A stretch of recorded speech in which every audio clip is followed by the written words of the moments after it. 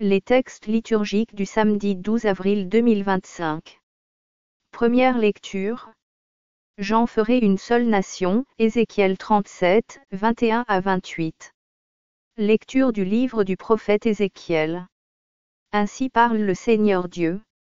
Je vais prendre les fils d'Israël. Parmi les nations où ils sont allés, je les rassemblerai de partout. Et les ramènerai sur leur terre. J'en ferai une seule nation. Dans le pays, sur les montagnes d'Israël. Ils n'auront tout qu'un seul roi. Ils ne formeront plus deux nations.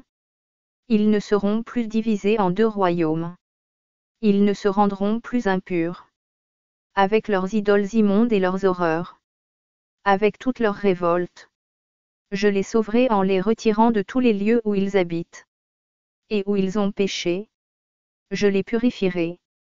Alors ils seront mon peuple. Et moi je serai leur Dieu. Mon serviteur David régnera sur eux.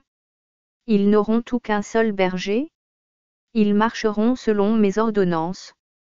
Ils garderont mes décrets et les mettront en pratique. Ils habiteront le pays que j'ai donné à mon serviteur Jacob. Le pays que leurs pères ont habité. Ils l'habiteront, eux-mêmes et leurs fils. Et les fils de leurs fils pour toujours. David, mon serviteur, sera leur prince pour toujours. Je conclurai avec eux une alliance de paix. Une alliance éternelle. Je les rétablirai, je les multiplierai. Je mettrai mon sanctuaire au milieu d'eux pour toujours. Ma demeure sera chez eux. Je serai leur Dieu et ils seront mon peuple. Alors les nations sauront que je suis le Seigneur. Celui qui sanctifie Israël. Lorsque mon sanctuaire sera au milieu d'eux pour toujours. Parole du Seigneur. Cantique. Jérémie 31, 10, 11, 12 à B, 13. Écoutez, nations, la parole du Seigneur. Annoncée dans les îles lointaines. Celui qui dispersa Israël le rassemble. Il le garde, comme un berger son troupeau. Le Seigneur a libéré Jacob. L'a racheté des mains d'un plus fort. Ils viennent, criant de joie, sur les hauteurs de Sion. Ils affluent vers les biens du Seigneur. La jeune fille se réjouit, elle danse. Jeunes gens, vieilles gens, tous ensemble. Je change leur deuil en joie. Les réjouis, les console après la peine. Évangile. Afin de rassembler dans l'unité les enfants de Dieu dispersés, Jean 11, 45 à 57. Évangile de Jésus-Christ selon saint Jean.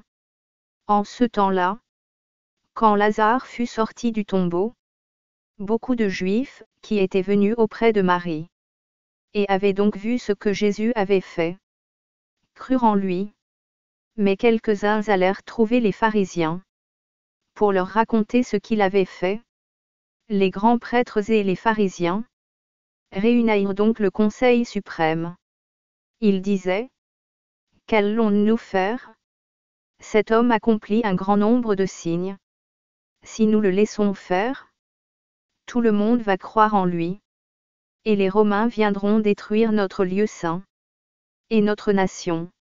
Alors, l'un d'entre eux, Saïphe, qui était grand prêtre cette année-là, leur dit: vous n'y comprenez rien? Vous ne voyez pas quel est votre intérêt?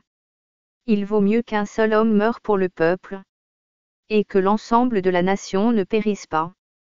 Ce qu'il disait là ne venait pas de lui-même. Mais, étant grand prêtre cette année-là, il prophétisa que Jésus allait mourir pour la nation. Et ce n'était pas seulement pour la nation. C'était afin de rassembler dans l'unité les enfants de Dieu dispersés. À partir de ce jour-là, ils décidèrent de le tuer. C'est pourquoi Jésus ne se déplaçait plus ouvertement parmi les Juifs. Il partit pour la région proche du désert, dans la ville d'Éphraïm, où il séjourna avec ses disciples. Or, la Pâque juive était proche. Et beaucoup montèrent de la campagne à Jérusalem, pour se purifier avant la Pâque. Ils cherchaient Jésus. Et, dans le temple, ils se disaient entre eux: qu'en pensez-vous? Il ne viendra sûrement pas à la fête. Les grands prêtres et les pharisiens avaient donné des ordres. Quiconque saurait où il était devait le dénoncer. Pour qu'on puisse l'arrêter. Acclamons la parole de Dieu.